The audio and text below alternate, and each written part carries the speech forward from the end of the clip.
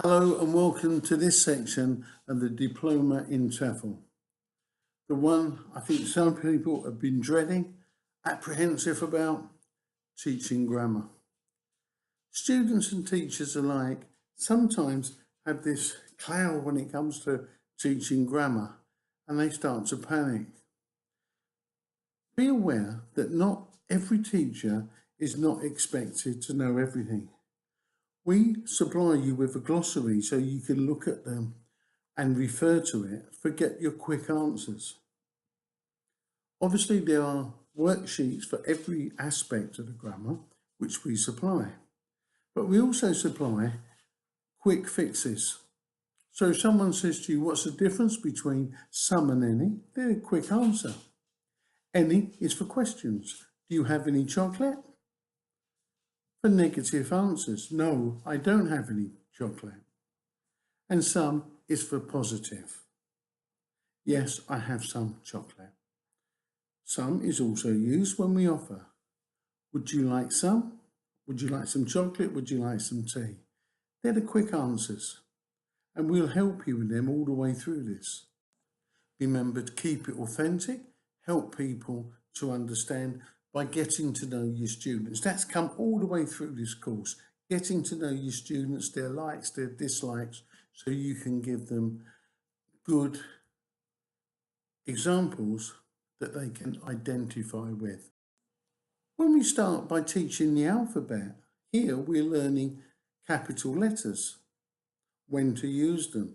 Be careful, it may seem simple, but remember, some countries use more capital letters than we do. For example, Germany, their nouns start with a capital letter. And in England, not all our nouns start with a capital letter, so they're learning immediately.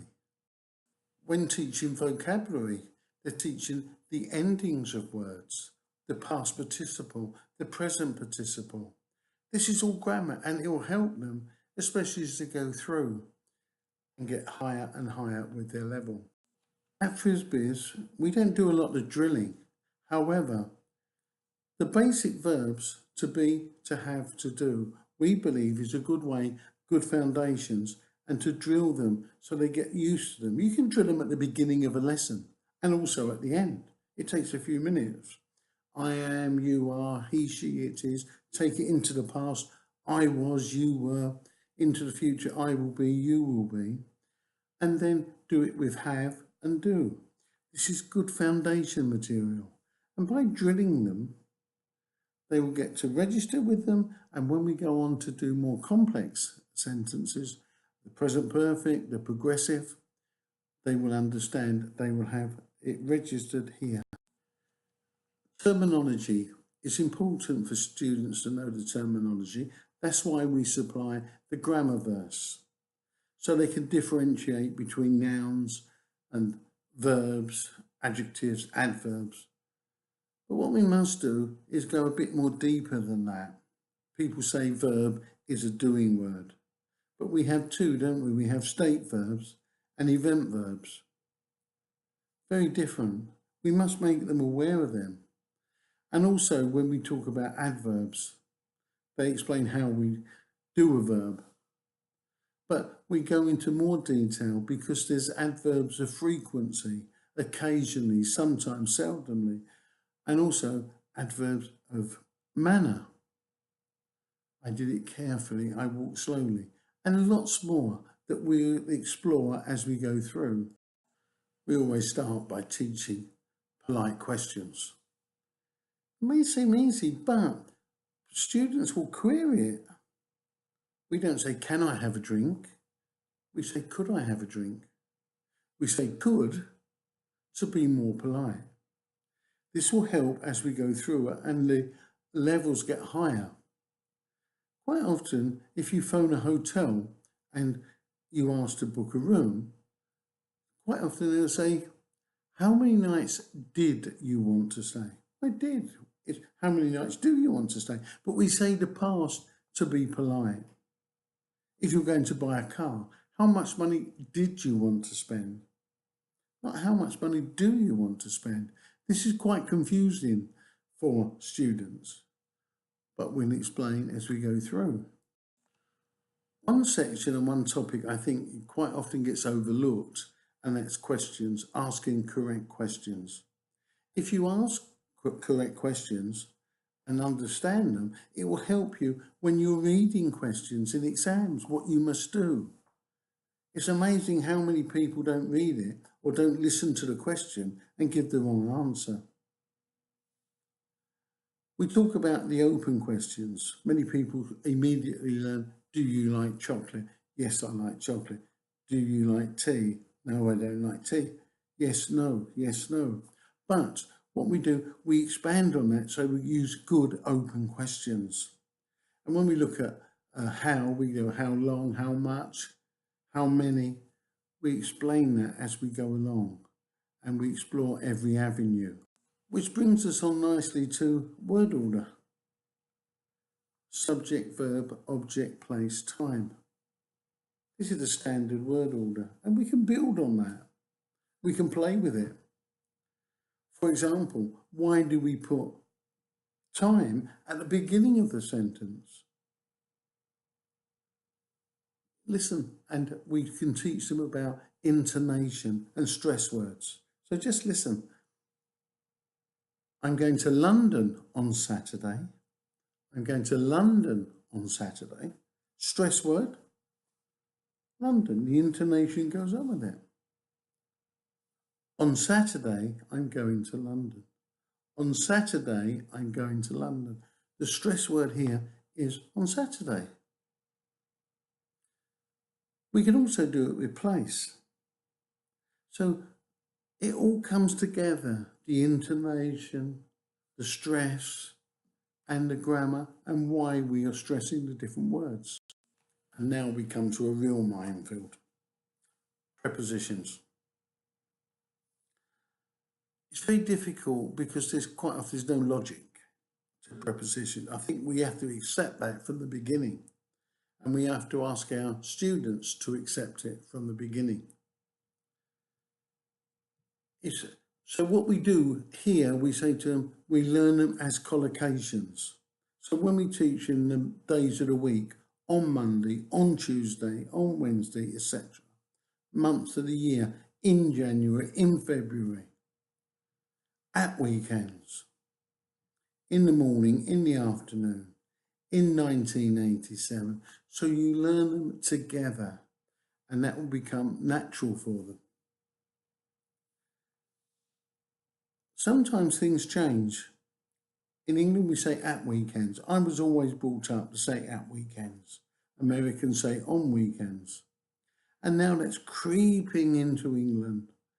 And I was watching the BBC broadcast the other evening, and of course, the presenters were saying on the weekend. And I look and I say, hold on, this is the BBC.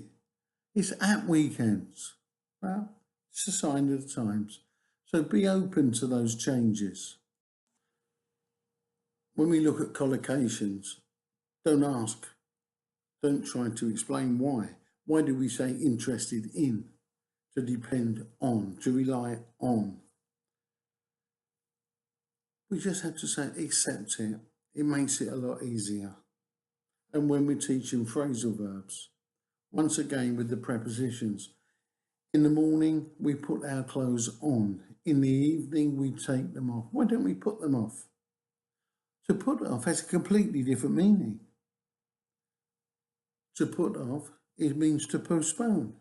I'm putting off the meeting until next week. And when we do this, put off, postpone goes with until. I'm postponing until. So this is how it all goes together. A close, not knit, closely knitted information.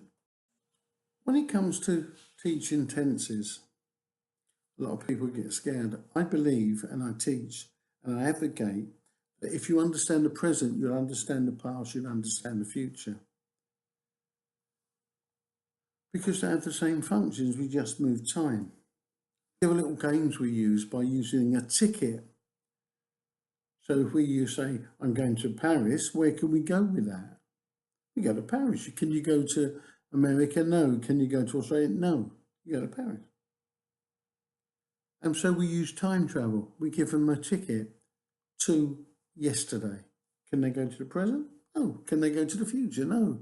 They go to the past. Time words, keywords. We have to be careful with keywords because with keywords, people believe they are with one tense. For example, always. It's something present simple, what I always do. But what about how it travels? Present simple. I always get up at 7 o'clock. When I was young, I always got up at 5 o'clock to do a paper round. When you say to your boyfriend, girlfriend, wife, husband, I will always love you. It's all the simples. Progressive.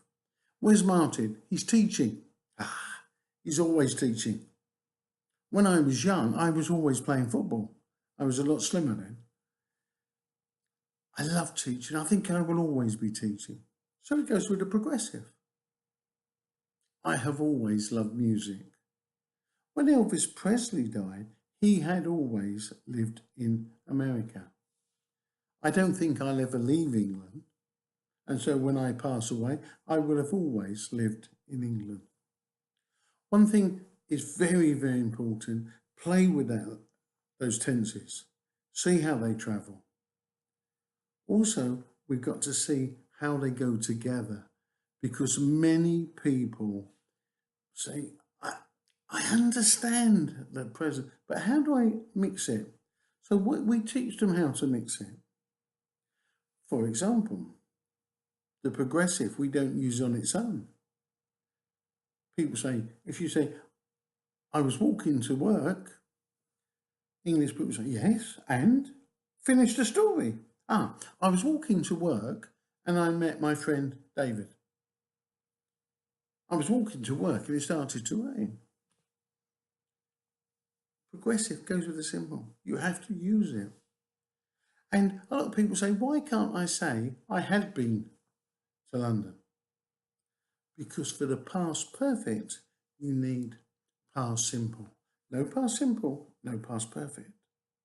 And it's the same with the future. No future simple, no future perfect. The way we do it will explain all that to you. There's much more we can talk about. The conditionals, passive voice, the gerund. All these will be addressed in our books. I hope this has given you a good insight in how we teach it. And I wish you well. Enjoy it. Let the students play with it. Let them explore and learn from each other. Nice talking to you. Bye.